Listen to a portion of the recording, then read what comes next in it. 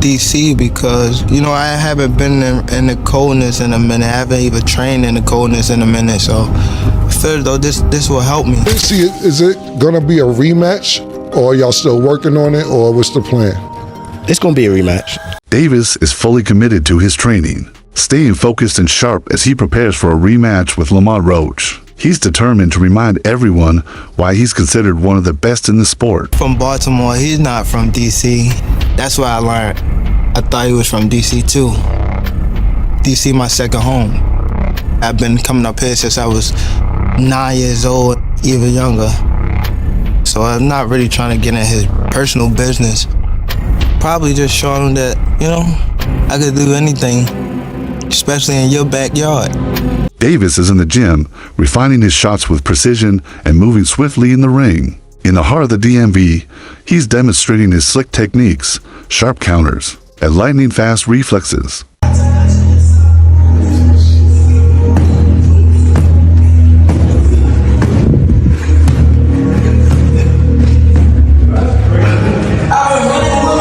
Javante Davis, the gymnast. Davis is sparring hard, showcasing his slick moves and sharp footwork. He's gliding around the ring, evading punches effortlessly and countering with explosive power. Every move is calculated, and every shot is crisp, proving his speed, skill, and ring IQ are at the highest level. Oh, stop closing up. Gotta let it go. Keep turning, step around. Keep turning.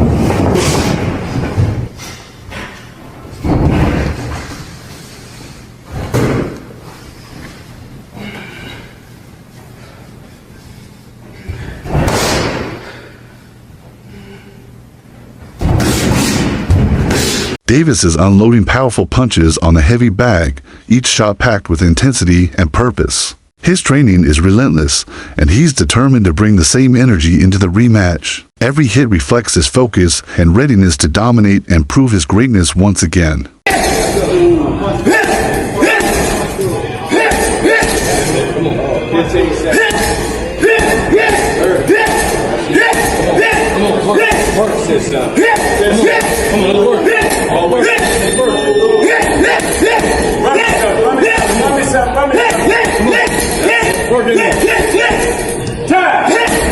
Teddy Atlas, a renowned boxing analyst, has praised Davis for his exceptional composure in the ring. He notes that Davis never rushes or lets frustration affect his performance. Instead, he stays calm, studies his opponent, and waits for the right moment to strike. This patience is rare among power punchers, making Davis a unique force in boxing. Atlas has called Davis a complete fighter, highlighting his versatility. He can box at various ranges, counter-punch effectively, and deliver knockout power when necessary. His unpredictable style makes him difficult for opponents to prepare for, and Atlas believes Davis is one of the best all-around fighters in the sport today. To try to get to us, but we're going to frustrate him. He doesn't get frustrated. He takes his time. He's deliberate. A lot of times at the beginning, people thought he was just a seek and destroy missile. They thought he was just a guy that got to you. And they thought that he would get over anxious. He don't get over anxious. He takes his time. He slowly closes those gaps, inch by inch, step by step, and then he gets to you. Davis has shown his ability to adapt his game plan depending on the opponent. Whether he needs to apply pressure or box from the outside, he can do both effectively. His capacity to switch styles during a fight makes him one of the most dangerous fighters in the ring. And set traps. He can use his legs to move around a little bit and wait for the right spot, the right entry point to come in with a dangerous guy. He can do it all, and he can figure it out on the fly with the cerebral part I'm talking about. Right? And he's at his prime. See, that's the key. That's the part you got to put in there. He's at his prime. Atlas explains that Davis's style revolves around gradual control. He doesn't overwhelm opponents early on, but instead takes his time, breaking them down step by step. His approach is not reckless. Every move is calculated, and as Atlas puts it, Davis takes his time before delivering the final blow. This patience, combined with his power, makes him a dangerous opponent in any fight. Atlas believes Davis is at his physical and mental peak with the experience, confidence, and skilled to dominate any fighter in his division. His fights show that he's not just a knockout artist, but a complete fighter who can adjust to any situation. The superintendents in the big buildings, those big buildings, and they had a big brass key ring about this big with 1,000 keys on it. But every key, they knew that key was for a certain door to get into the building. When he's moving around, I'm saying he's the super with that big key ring, and he's looking for the right key to get in the door. You're great with the analogies. I love that. I love the analogies. And he finds the right key. He does. He doesn't walk into a room and like bang, oh my God, I should open that door. And a lot of guys do. Romero walked into that room. Garcia walked into that room. So he don't, and that's part of what separates him, and makes him a guy that's one of the most complete fighters right now of all time. Davis takes his training seriously, often incorporating late night sessions into his routine. He believes that training at night helps improve his endurance and prepares him for fight conditions. He works on his movement, strength, and precision, ensuring he is in peak condition by fight night. Some people just go away and be... But you specifically? Me? First of all, I get a camp house, out here. Like day one in the camp, I start running probably like... It's different times. I might don't feel like running in the morning. I might run at night, It all depends what fits you. Like, I run in the morning. If I don't, I'll run at night. Train probably like 2 or 3. If I want to do something again, I train at night or I run, and that'll be it. But when I'm in camp, I really don't go outside. It's hard for me to go outside, so I just be in the gym and home. For a very, very big moment, what is your normal day-to-day like at this time of a camp? I'm also a night person, but I might go to sleep probably around like 3 to 4, probably wake up probably like 11, get my run in, and then eat, probably lay back down, and then wake up probably like 6 or 7, get my night workout in. Damn, so you're doing 2-a-days at this point, right? During his training, Davis demonstrates incredible punching power. His bag work is intense, with each punch delivering force and precision. The powerful shots echo through the gym, reminding everyone of his knockout power. Davis is leaving no stone unturned in preparation for his rematch with Lamont Roach. He's focusing on improving his timing and accuracy, knowing that Roach has studied his style. The rematch is personal for Davis, and he's determined to prove he's the superior fighter.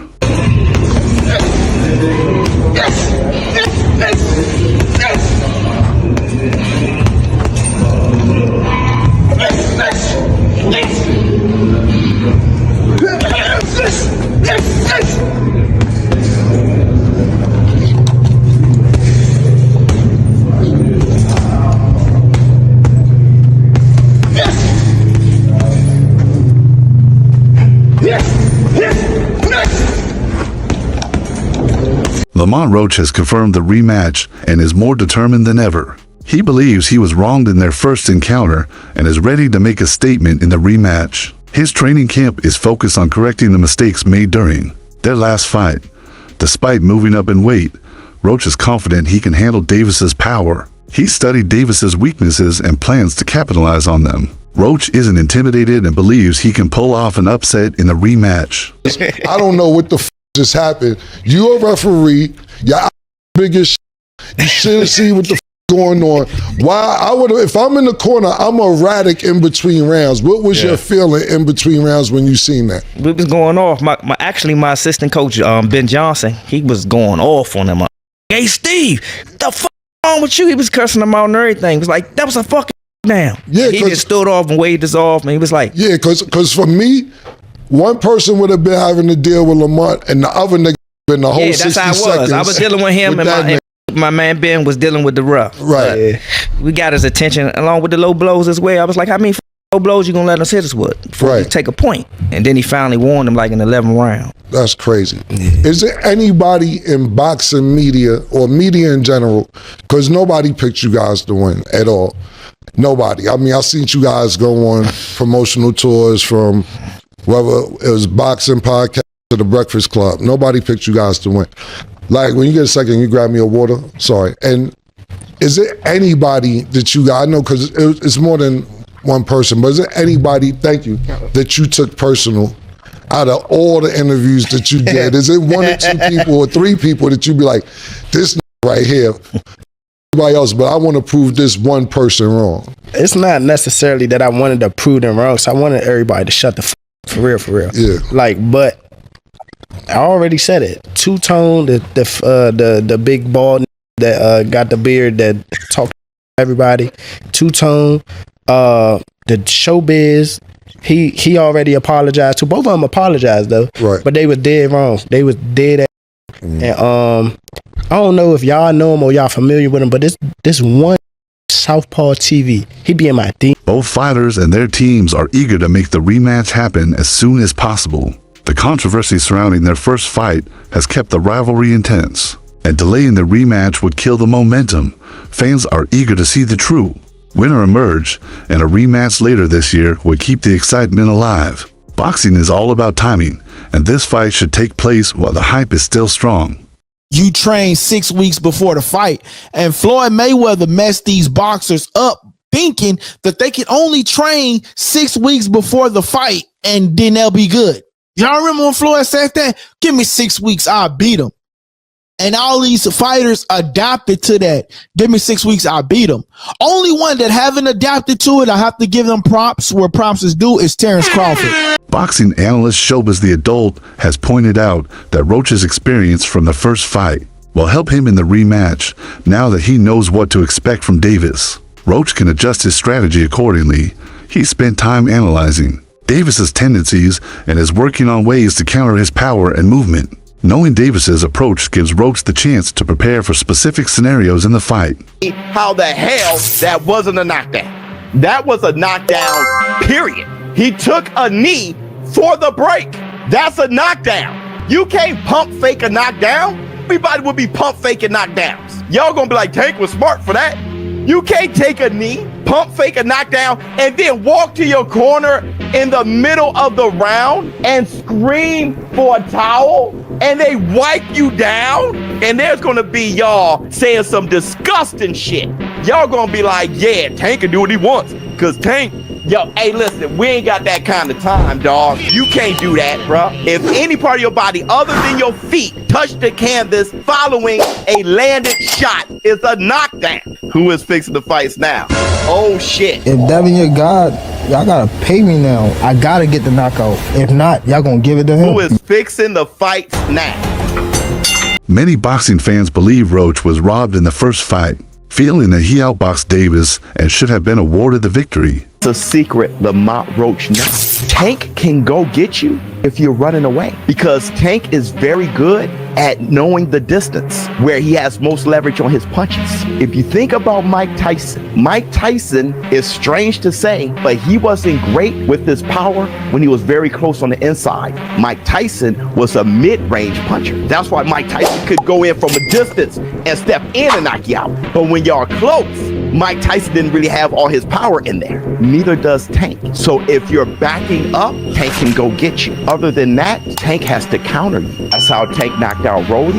That's how Tank knocked out Ryan Garcia. That's how Tank hurt Mario Barrios and started that shit, that snowball. That's how Tank knocked out Leo Santa Cruz. That's why Tank talks so much. He needs you. Fans and analysts are calling for fair officiating in the rematch. They want a neutral referee to ensure the fight is decided purely on skill and performance, not biased judging. Referee Steve Willis was criticized for his decisions during the first fight, with many believing he made calls that favored Davis, leading to an unfair outcome. Roach's team has openly stated that they don't want Willis officiating their rematch. The part with the grease in the eye, that took on a life of its own, you know what I'm saying? That was a headline in the fight. One is, what did you think when he said that initially, just like the grease in the eye? But two is like, when you was in the fight, was there any point that you saw that? Like, did you see like him kind of messing with his eye, or did you have any indication that that was something that was bothering him? No, see, and that's the thing. If you look at the whole fight, he was never bothering his eyes before you jabbed him. Before I jabbed him. But even that right hand that, like, you know what I'm saying, that kind of landed, he kind of rolled with it. But after that, you could see him wipe his eye. And then right after I hit him with the jab, you could see him wipe his other eye. So it's like it was corresponding to which hand that I punched him with and exactly which eye. So it's like crazy for him to say it's grease in my eye. And I think even when he say that, you could see me because I'm right beside him. You could see me like, nigga, what you talking about? So, right. But you say you don't think he welling though. Whatever. See, but who cares? Like, sweat gonna get in your eye, blood gonna get in your eye. Yeah, it don't matter. Spit fucking around and get in your eye. You know what I'm saying? But you, it's not like you can be like, all right, time out, ref. Hold on, Take no ref. time out. You can't do that. Right. Would you be cool with Steve Willis doing the next fight? Hell no. He can't do the next fight. No, he can't do the next fight. Right. No. Pops is a no? Hell no. Yeah, fuck that nigga. Yeah. You know how many put Coach Ben on him, man. He lucky he ain't running Coach Ben after that fight. But look how many times he fucked the fight up though. Right. The knee, him going to the corner to get assistance, like who knows? Not saying that they did any cheating shit or nothing like that. But like he wiped his face with a towel. You can't do that. Right. You can't do none of that. Right. That's a disqualification. You turned your back on the ref after you took a knee.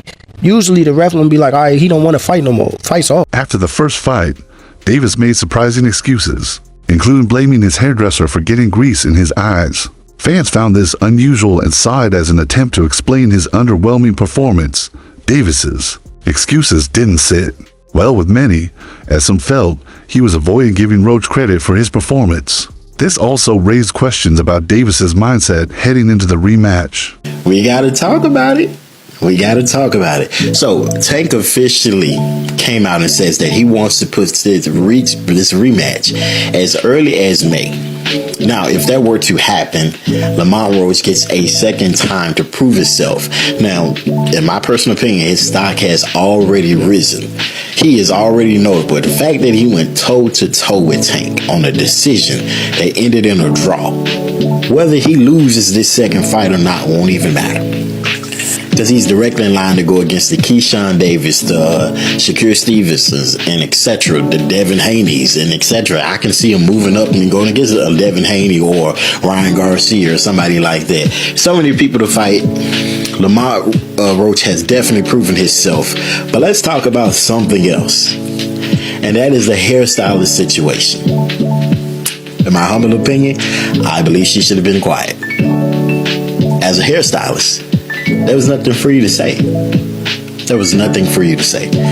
No fan in boxing was gonna look at them like, I don't want her to braid my hair.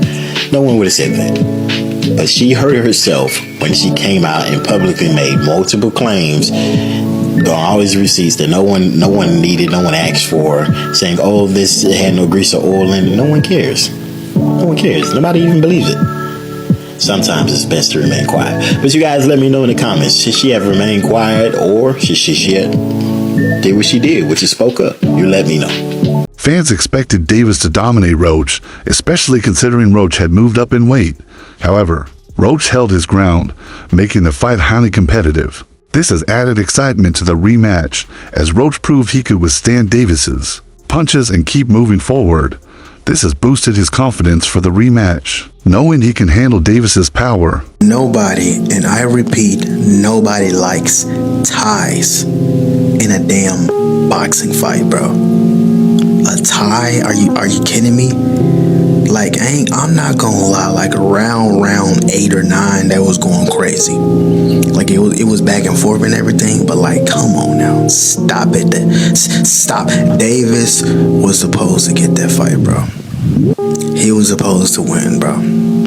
Like, are you kidding me? Like, who's ever in charge, bro, if it ends in a tie, y'all are going to immediately fight until somebody gets knocked out. Simple as that.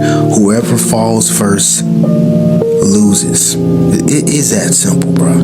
It is that simple. Because if they do a rematch and it's lamer than this fight, it's a waste of time. It's a waste of time. So you might as well fight immediately right after that. Like what are we doing? A tie? Cap. I call